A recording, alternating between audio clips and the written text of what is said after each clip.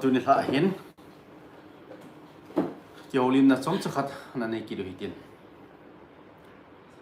tu ni la topic dinga ka dei chu zan hla news chu nin sei tawin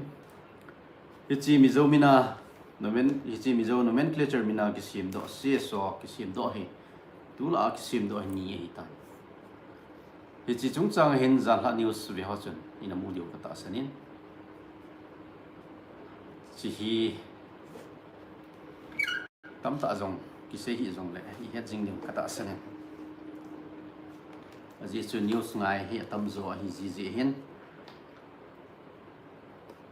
Mizo Integration Council kiti hi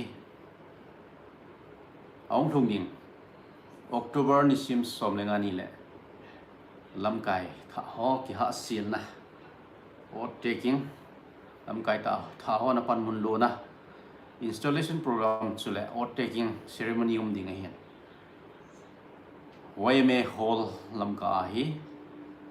o taking ceremony ding hi lamkai hon ki ha sil na nei ding hi lam kai hon ya silna ani ding tia ke sei jingwang chun ichi lam kai kya silna nei ding chu koi ko hiwam ti chu ki che ten wang chu hin su do povin ichi a Mizo Integration Council mina ki loi khom na hen president chu bu RL hauki pa hen chule general secretary chu a pu mang tai thu lai lamkai dang ho hi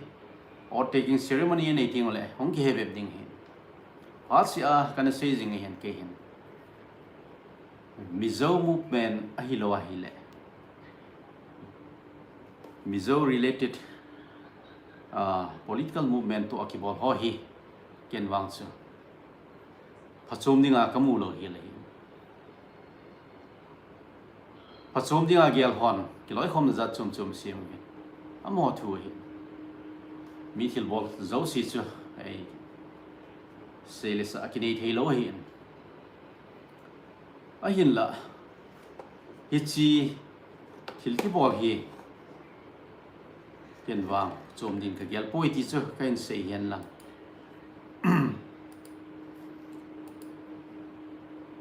life a hung lut ho zo si na bon chawin kai lemin tu ni tha hen mi tampon mi som ngale git hong lut panin pi hele som khat na holim le han chu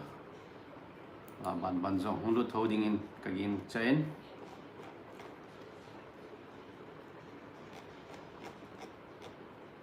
live comment ho zong hin simuitin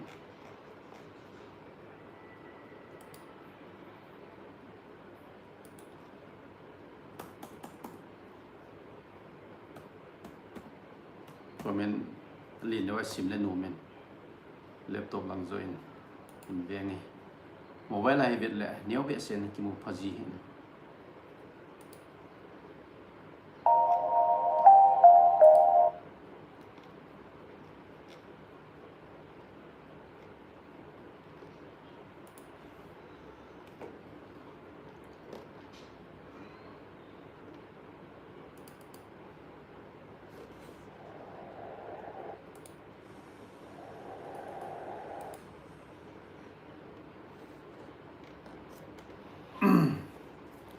comment simuite topic abani chi masangovian tuin ha to comment ho ana veo te Elezer by te zan pha nang zong zan pha ken thorin cookie zo chapa like hin bolin ke how ki bin zong apa a life nin bol atin koi tawang hi chi zo ka sei Mizo Integration Council chungchanga comment volume zong le in bol the hintin sasang ele chungsai zanpha ken zong zanpha ken bolin life a hunglut ho zo si zong na bon chawin zanpha ken bolin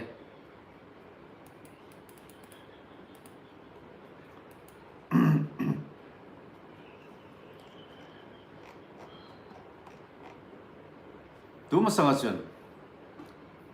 Mizo National Front Integration Movement MNFIM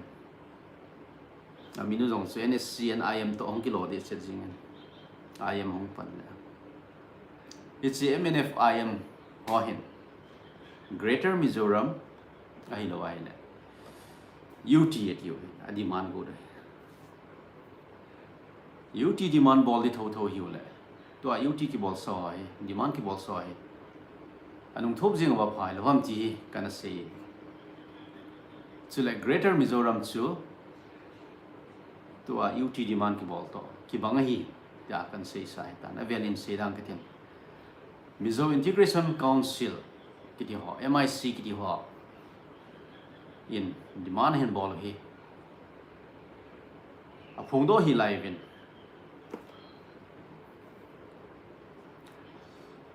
amo hin demand chung chang a phung do po vin amo to si vet a hi le ki pun khom ding lampang hi a hi in kuki chin zomi chule Mizo ho hi amo hin Mizo nomenclature no ya bon cha a koi vin zo sun zo na thla ka ti vin e cho zo si ki pun khom ding ti hi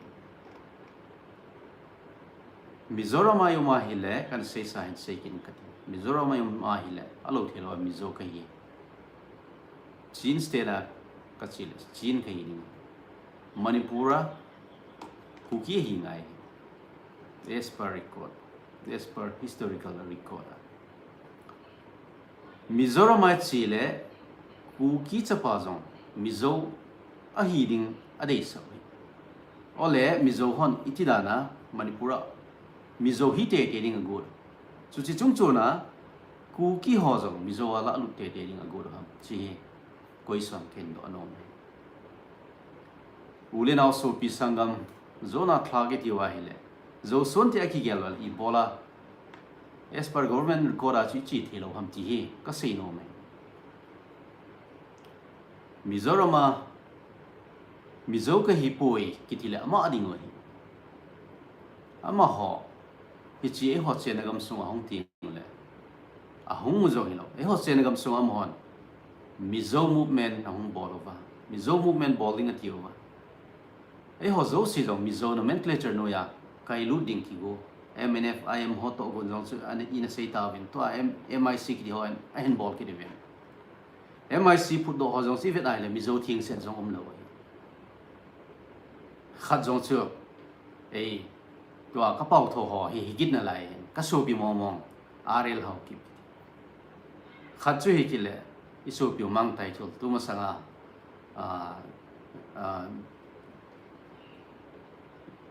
cable hornbill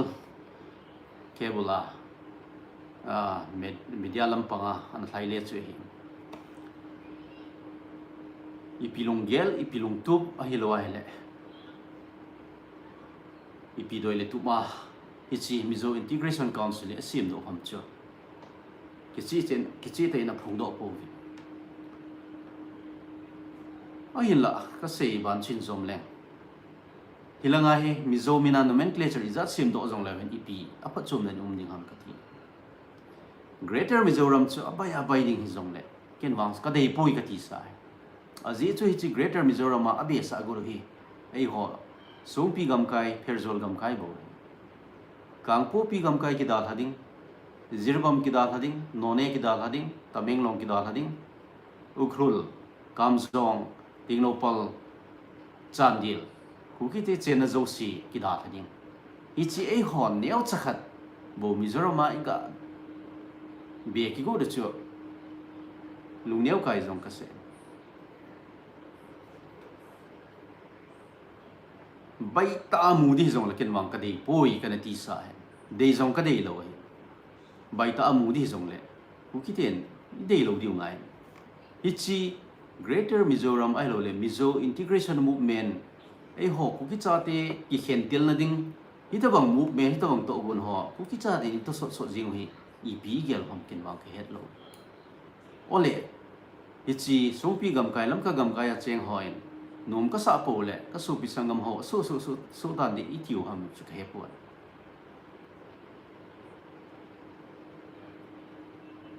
a ball ho hin a sei le ki phazo lo a sei langa chu ki phazo lo zol set na hin sei do jing jiu yi chanin sei zol jong le ai thei lo ning chu ai thei lo ji ken wang su ai thei lo ning a ka ye le ka sei ma chun bai ta Greater Mizoram a ho gam kai si Beijing thei jong le ka dei lo a ji chu hi chi a ki bol do le I hom na ki ka wa ki khentel che che jing ni district danga so pi sangam ho zo siu in da ha liu chu ken chu ka da thei lo ka nop lo hi jing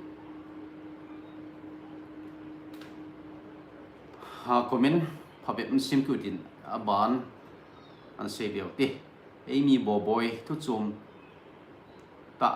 RC su beiding hi me te ho thu da nam ichi tu ni kho IDP so chung changa DBT2 hi second topic ain sei ding nem nei wa nu sar naga te to ichan yung pha diu nam nang ma gel dana itin mom hin seo het no mo me ichi jong hi tu la hi mi long ho hin kheu tai kheu jing wa hin e ho hi thu thei dan dana ki thu ham hin abana kamilal hau ki bin se hi sarpa ka do num khat omin KKL in DBT in khain tun ahong kidin si thu hi zo ham ta ham nin se pi thei du ham KKL in direct beneficiary transfer hi ball loading ti a thu su a ball hin zan chun a hot naw wang chu kan munai pun ichi a kha naw thu hi ni thla news jong chun kain seitan ichi thu hi chom cha in sei du hin abana khankology hawkip Mizo Integrity Movement hi Ebola organization hon condemn oppose bolo ham ole Greater Mizoram idea sign a ball ngap vitam ichi ka head lo hen ken Mizo National Front Integration Movement in zone kuki se so hot kam sing khat atha povin zan hi a news a hongki phum Mizo Integration Council MIC chungchang in zone kuki se so hon kam sing khat sa jong atha pun CSO sui nop za chu sim the nai a hin la hi chi CSO sim hin thil phain thu ding ham thil sin thu ding ham ti jong hi vet je wangai ka sai hoi neu bai te ka ngai sang pen sar jan pha hung dam jin ki pa me no zo si jong jan pha mang pha win dam selovin ke hau kip ST ki loi kom azat zat isim hi ku kilam kai ho ka ngo ji in azat zat kana tu in Korsam Zo United adang dang in a bolovin tun kuki Zo Council in den uvien a chainan Mizo Integration Council honging do kidin ipia pana ipia chaining ham chi so pk hawkip ST in so da hian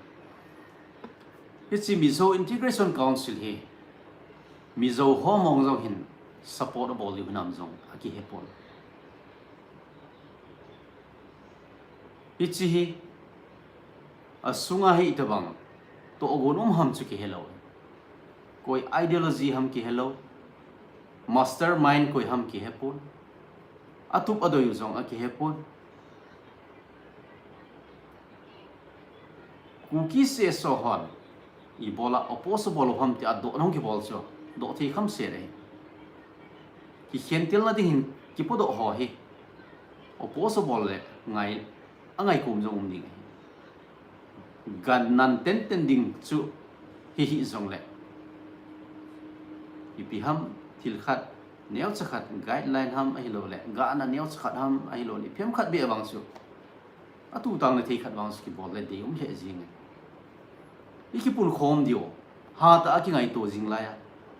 iki khen tel lo le dingo a si sen i boy pi jing lai ta ba ai ho atum be aki vai pu ne dingo separate administration idel jing lai ta to a iki khentil na ningo Mizoram noya be na ding po a hilowa hile Mizo Integration Council kiti kiloi khom na za chum hong ki phut do a ichi hin ki tu namala amo to wa zo sun ho ki pun khom na ding zo sun ho ki pun khom na ding hilo be ding hi zo so no ki pun khom ding idea hi le sin se da chin support ding o Mizoram ma Mizo support ding to ai che naw gam kai sunga ai ho ku ki cha te che na gam sung si ai ku ki nomenclature hi support ding chu ti le chi thum ho chin go phom le zo na thla ka ti zo so ni yung ti the di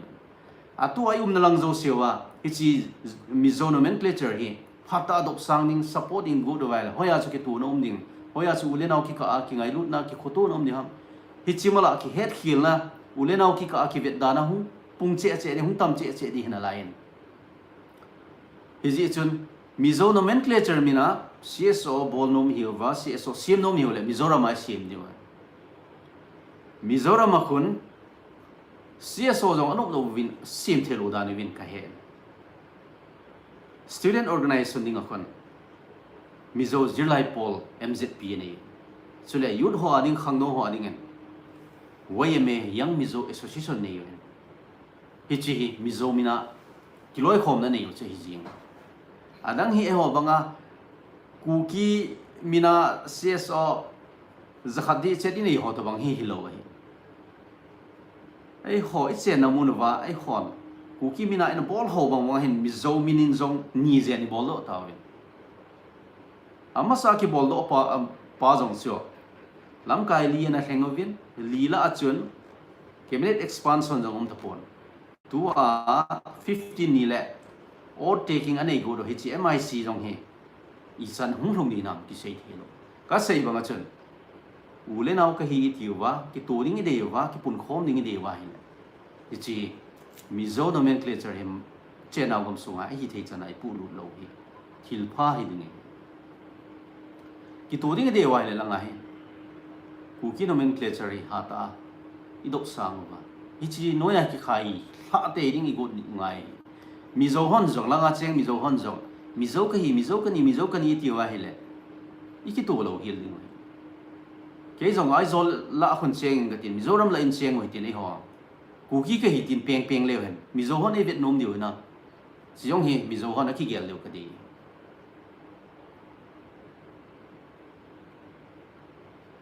ki to ding de wa hi le sin ste rai chiu le chin yum ngai Mizoram ai chiu le bon chaw Mizo ai ngai la ngai mu le ku ki nomenclature he ipom le hi lo jong le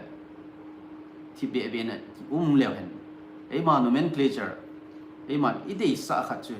dok sang te de ding go da ten ile a phazudem ti he ka ngai dan kin se kamilal hokip sarpa ka do anum khat min hi chi kan sim dani ten abana hin anui langa hunglu in katin lamzang singsit sarpa DBT chu IDP so account na direct alu di hi a chu KKL honum lo hinte hichi mi tam ta in agial khat chu hi sule kamein comment bol chu mang tai thulin awai zu a kho be lo phada MIC in phu do go tan te hichi ke se po no hichi kamei ki isopio kamei comment hi hel kho hau dimngel Sarlunpur Manipura Popular Government Sim do ninga aboy pen hi center in iti response abolvem tu chana hi center hin a ho pilo layo hi in mai le ho tu ni kho chu Manipur Bhawan chu conference hola BJP le ho mi som ni le go ben khona ne hin mai le MLA mi gu mi li pangnai lo hi chi ki ho na tu ni kho am ki ho na bol hol a 26 MLA hol a malsom ku ki channel sarpa ke message chula yenga hen sim diu hi ti chola ahin BJP MLA milong ho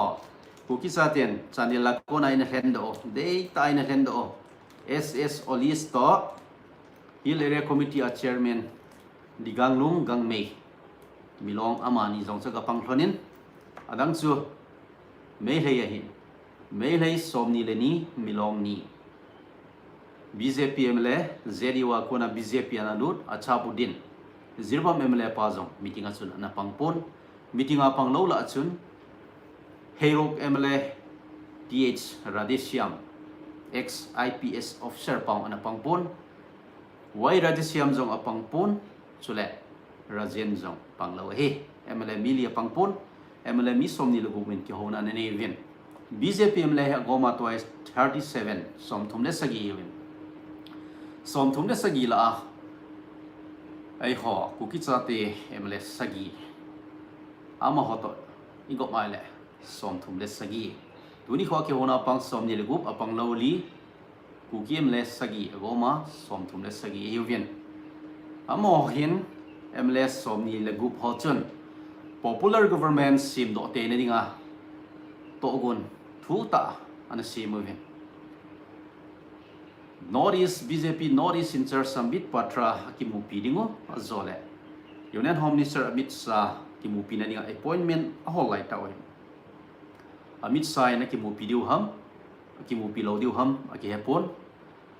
Amit Shah ni exempti ahan kimu pi khlo kha wa hile MLA kahina wakona resign ka boli witi hi karam siam ka se khile andro MLA pachuna se amin chu ka hi mil Syam Kumar TH Syam Kumar en se Amit Shah na him ki ho pilo khawa hile resignation appeal vam appeal ham invent diu himai intin popular government sim do thelo zia resignation hin pi over hile wangso apa salve sei sauzi ve tiding himai intin ha new sa jongsun kan seitan Kuki Organization for Human Rights chairman pu Benjamin Maten hichi resignation thu ki sei do ahin social media comment hin bolin post in bolin Mele MLA Hon popular government ki sim do lawa hi le popular government sim do na dinga central leadership hon appointment api lo wa ki ho pi lo wa hi le resignation ka pi diu hi atiu wa hi le separate administration ana phung do ho ku ki MLA Hon ichi mele ho thil bol ki vet win ti hi ana se news sa jongsun kana hamin news ngai hon het diu hin South holim nom zong le hen ka battery kana charging lo dan hin from cha bom tan izi chun South jong ki sei thei pontin som lam lama ina chai do go diu hin te cha oi son ho he hin si mai nge dang dang hin potin tin sim man lo le I phala moment ichi center in wang chu responsible nai pu vet ki hi pu health holding ngel comment ken don bud hen lang chule pu elezer by den ki ken ding hi ipia phachum ding hi za ole Mizoram integrity greater Mizoram ibol gut jing hi tu pet in koiman seipu da phodule pha hi ei ho ki ka isu tup set ding ngai ma sa hi ichi hi ken ka gel so ai loading be seva ai hole ai ho ki ka ki ken tel na ding tam ta sim do be sang ho hen ki tu ding zo go hitin pan la leo hen lo thin nei zo ding hen greater Mizoram ki ti ken ngai zong ka ngai nom lo azi chu Mizo movement ki bola ya hi I chana kuki chate MNF movement a MNF galsara kuki chapa kuki chanu mi zani la somnga wala na pang mi tam ta in china na to khosom le khoni ki hal ha Mizoram in separate state full state hoda hin mu wachun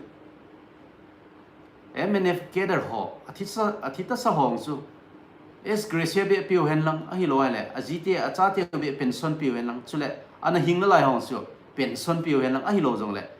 Mizoram police ho be en service pe leo kilom ding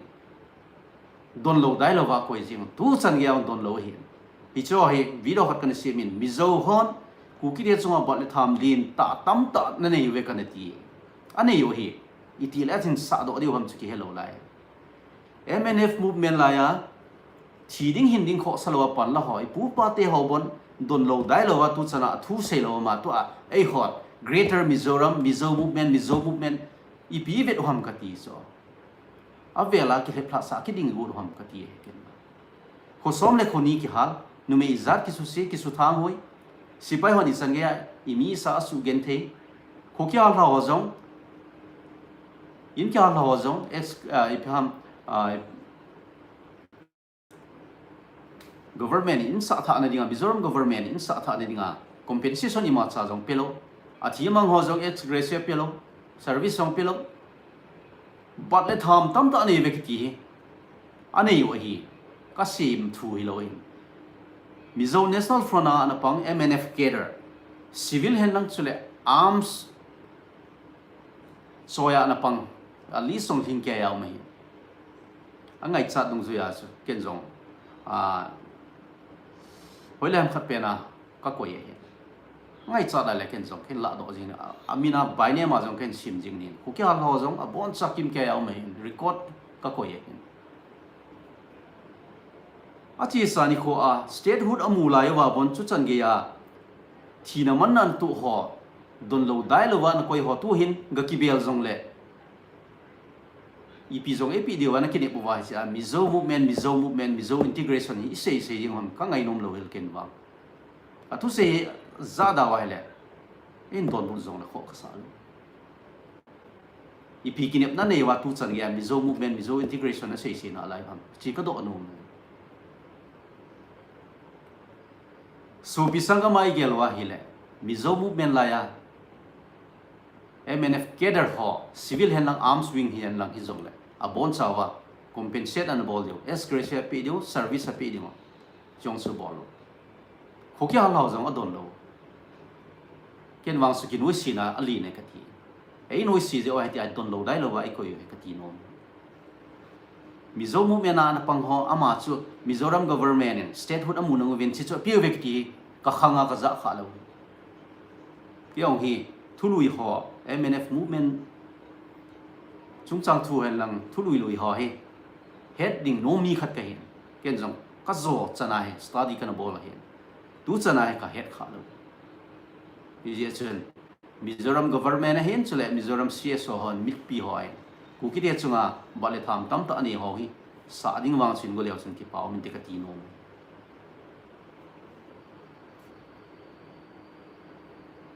au pu khong sai me thei te song tu nai ho ku te zaw lo hi I pi phat na si no mang I chi me thei ho hen e ho ku ki cha te hi agami ai sim lo zewa agami ki su na se pan sa lo hen I chi me thei nam se ho hen I chi indigenous song ati wa sim thu song phu na wa e ga zaw sa lo chu a se pon e ho tum tu ma mi ta win e ho velia cheng hi ta po win velia wang chu khat cha jong cheng lo hi ta ho di pon thu pin jong gyal po ti ni chi thu pia ka gel lo ji aken new site ma jong ke pan sa lo hi chi zadu mani ki ti ho lai sule mi long khat le ni ki rom khom wa ama ho ki pa pa ni dinga chon mai mai hi thu pin jong an gel be se po te el stelon hang mi sarpa mi zomin ki ti hi thili de lo le ki chai sa to nga ka gel ken ma mi zomina hi ni pi ki del jong le e ho to ai chena gam so mi zomina I mu diu khat cha jong ka he po ken jong se học kim comment na sim di ham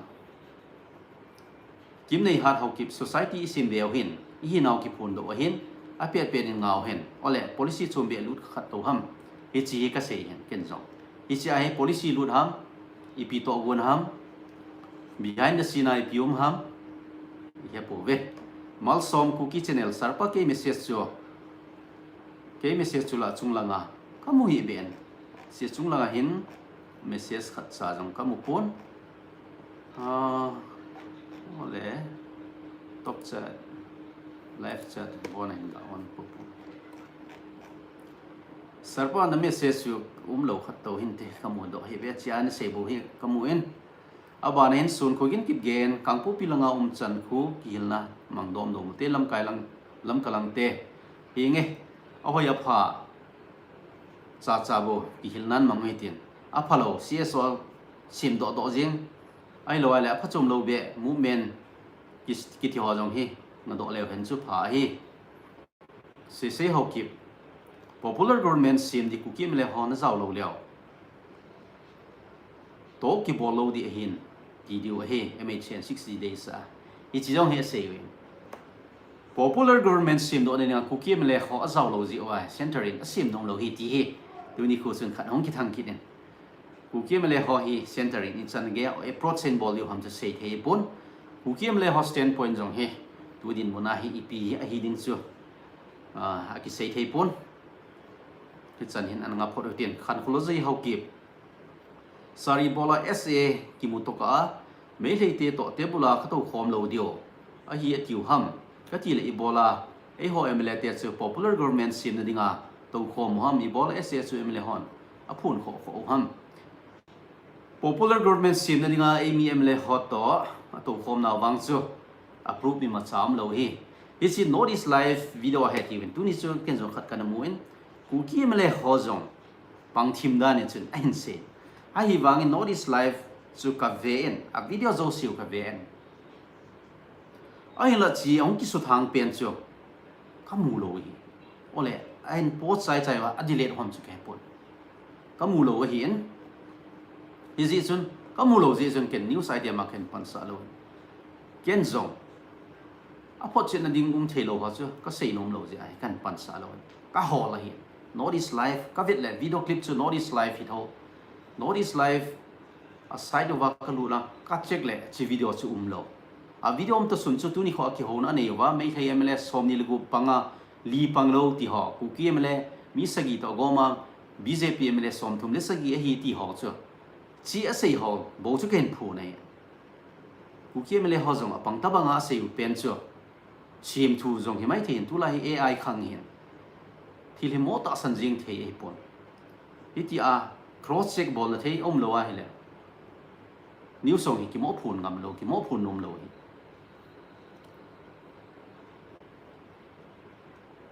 venok sarpa kalungadam the jing ena tu sei chu lamlu nimgel sarpa dbt hin bol do leo thakara mi khan sumja amudem dbt direct beneficiary transfer hi government policy program hin KKL in kha hen kha hi jong le government in ato gun chu chi tha pi tho tho ding hin idp song lu neu po ten isi dbt hi me thei idp so ra chi tha he tan e ho abo hi chi tha lo isi chun KKL in kha hen kha hi jong le chi la tho tho ding hin lu neu po tin sa nga chun tu lai he bank account nei lo koi mom ta pon job card ma ko na hin in so na he bank account me bank account nei lo ta pon mi nu mi pa zo sin bank account kinai se is in dbt aboy na ding zong ka di pon direct beneficiary transfer ting le idp son achan ni wa lom government akuna amu di wa lom chu direct account wa lu di transparency ki chi 100% ki chi chet jeng ki gin mon om lo ki mu them mon om lo azang them pan so ta aza di azang them mo pan ni khara jong adon cha yin chi chu a hian chi hi boina ding jong ka gel pon government to gon chu government en chi la pi tho tho ding ting ta le a sei be ding zong pon koi ma zong oi mo po tin a sei hon zong a pa chom zo ding tia a sei oi chi chu ala dan na chi mai u te chi thu hen dbt thu hen tam ta ka sei go poi boinu ji Sir Narendra Modi hi bola resign ki bolo lai ham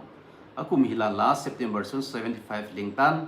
midang ho retirement and pin ole amading he limit lo ham midang ading hi phale midang chunga dan ta he no anom ei chung hi phale koi man da na ta nom lo hi malsom cookie channel ime bu hi lam kai hon gam kai ho dilu hen lang kyo to hen lang phun do na nei leo imep diu chu phana sam separate administration idel na wa hi map ki pu do na khat jong lo lai aji chu boundary thu a boina ngen changum ding hi je map zone ki pu do thelo namlam kai ho na thu mo puducherry petan hi a hi puducherry petan hi a hin pe ding wa hi le vetsana milong ho khat bang su anu bole Nagaland no yaum ding Nagalim no yaum ding Manipur no yaum ding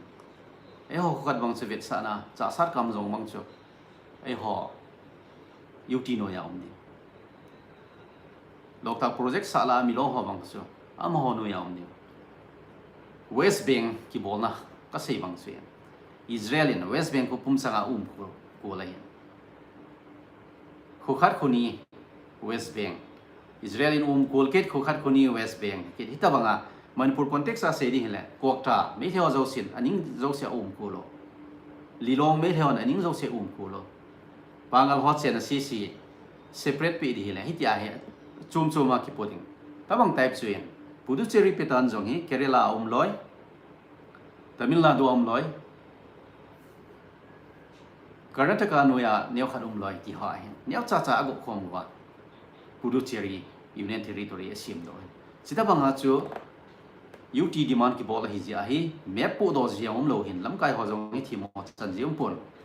to a hi government ni ta bang in phat sa niam sei thei a hi pon ichi government to kinuk to lom ting le map hong ki po do the be ding ma sanga demand in bol state demand in bol ya chen map an ki po do thein map jong om to awang chu map zong hi a draw zi dong lo di ji ai map zong he draw lo por hin de ti he ngai dan ga pi hen lang ka battery ang tam thapon hi chan chui sau tin tun hla he Mizo Integration Council ha movement chung chang a ki phu do dan thu ho le DBT thu chom chai se ri a hian itin setting alom hon si jing witin khat ve le life fi gang ta mata awang hin ki bol the loading hen ma pe na 9:30 10 hi deu ji sei ma sa jong pon